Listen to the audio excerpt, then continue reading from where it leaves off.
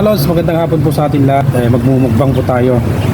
Ito po, ang tawag po sa amin ito mga lods ay pusa-pusa sa Ilocano po. Hindi ko lang po alam kung anong tawag sa Kapampangan o sa Tagalog po. Ayan po, yung po yung tsura niya lods.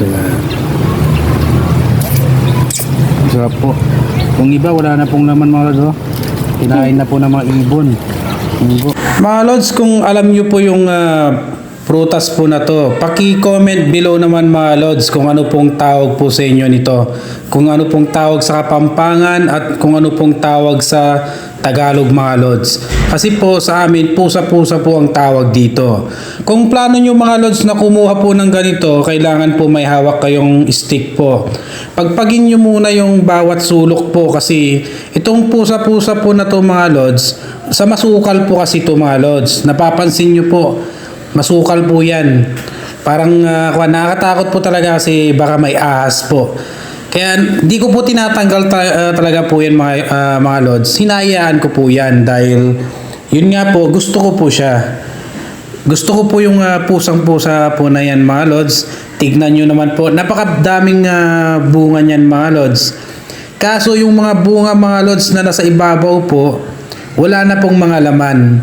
At kinain na po ng mga ibon mga lods. Kaya doon po ako sa mga baba, sa mga pinakasulok-sulok po ako naghahanap po. At sigurado na hindi po talaga nakukuha po ng mga ibon. Ayan po mga lods. Si Mrs. po yung kumukuha sa akin ng video dahil itong pusa-pusa po na to mga lods, gustong-gusto rin po ni Buntis mga lods. Ayan po. Tingnan nyo mga lods. Medyo madami po yung nakuha natin pero mas madami pa rin po yung kinain po ng mga ibon mga lods. Kung nagpaplano po kayo mga lods, ingat lang po. Dobleng pag-iingat po talaga at kailangan talaga nakaboots ka po dahil yan po, tignan nyo po, sobrang sukal niyan mga lods.